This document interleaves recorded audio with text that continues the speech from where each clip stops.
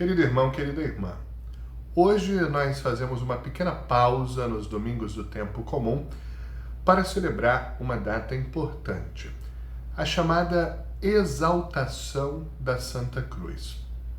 O termo por si só pode causar uma estranheza. Se nós formos pensar com calma, causa até espanto. Como é que nós podemos exaltar, ou seja, homenagear, venerar um instrumento de morte e tortura como é a cruz? E hoje eu quero convidar você a procurar ter um olhar um pouquinho mais real sobre o que efetivamente significava a cruz no tempo de Jesus. Porque nós hoje já estamos acostumados com a cruz. Todas as igrejas católicas do mundo têm cruz. Muitas pessoas, como eu, utilizam a cruz visualmente. Hoje em dia, tantas pessoas até têm uma cruz tatuada na pele. Pode acontecer que a gente se acostumou e acha que a cruz é só um símbolo religioso. Mas é muito mais profunda essa realidade. Não existe na sociedade de hoje uma comparação que tenha uma equivalência real com o que a cruz significava naquela sociedade. Mais ou menos, se nós quisermos fazer uma ilustração, nós temos que comparar a cruz com uma cadeira elétrica. Uma cadeira elétrica. Um instrumento chocante, que não produz nada de bom, só a morte, só a destruição, que é reservado aos piores dos piores. Alguém que está condenado à cadeira elétrica sabe que vai passar um período da vida sofrendo e ao final morre naquele instrumento. Mais ou menos, numa comparação extremamente simplista, é o que nós podemos falar da cruz. Volto à pergunta: por que então a igreja tem uma data para exaltar a cruz e, mais ainda, chamando a cruz de santa? Exaltação da Santa Cruz?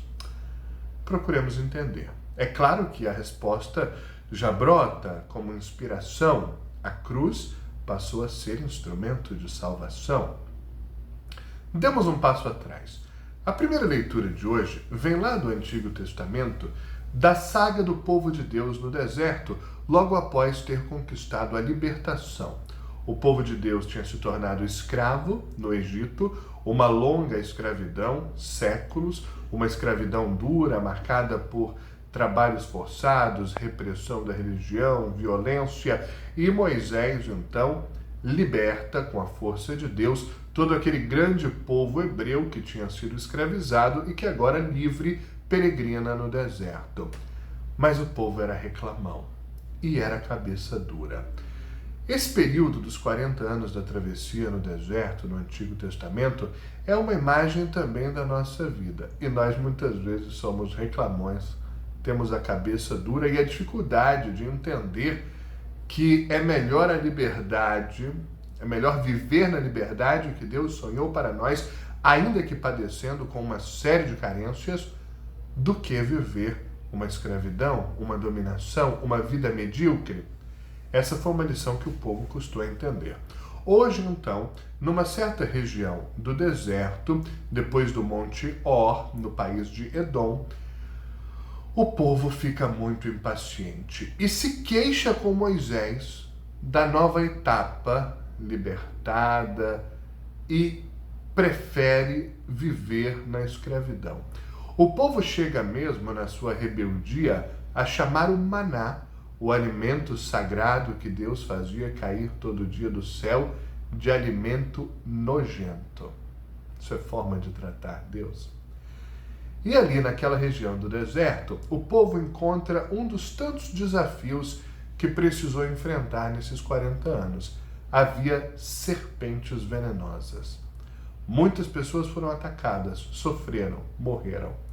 Moisés então clama a Deus para interceder pelo bem do povo diante da proliferação das serpentes venenosas.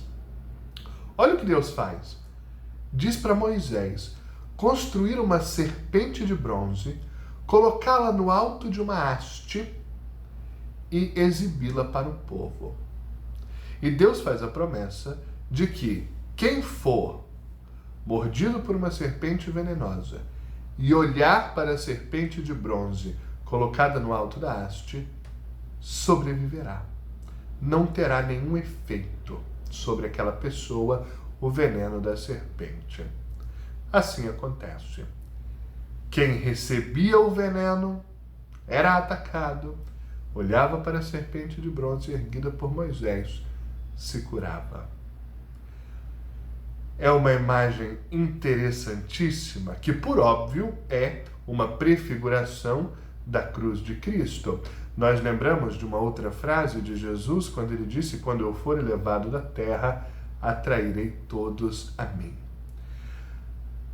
Qual que é a grande ironia dessa cena do Antigo Testamento e o que ela tem a ver com a festa de hoje da exaltação da Santa Cruz?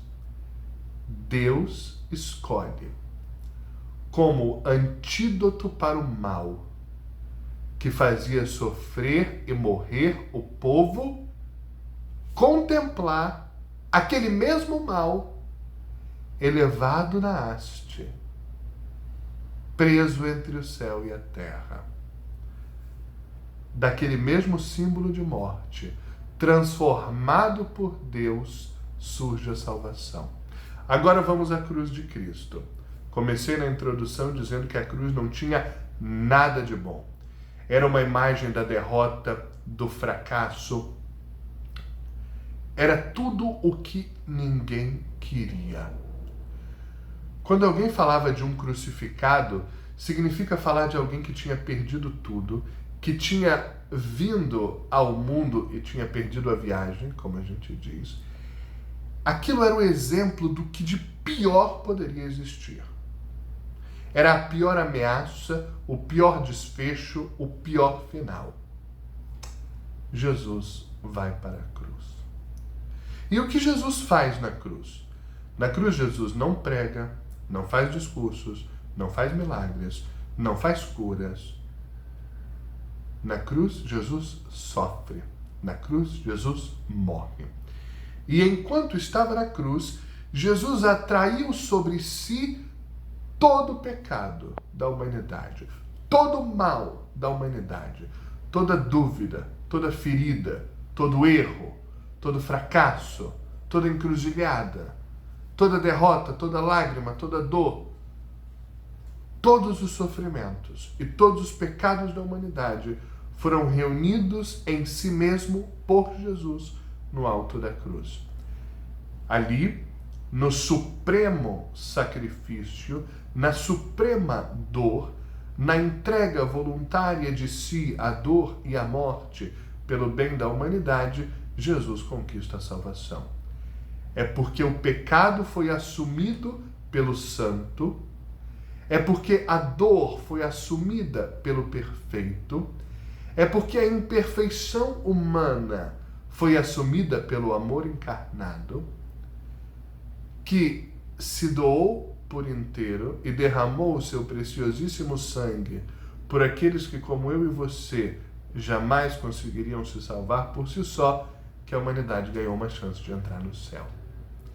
A cruz, instrumento de tortura e de morte, se transforma, pelo amor de Deus pela humanidade, no maior instrumento de salvação da história.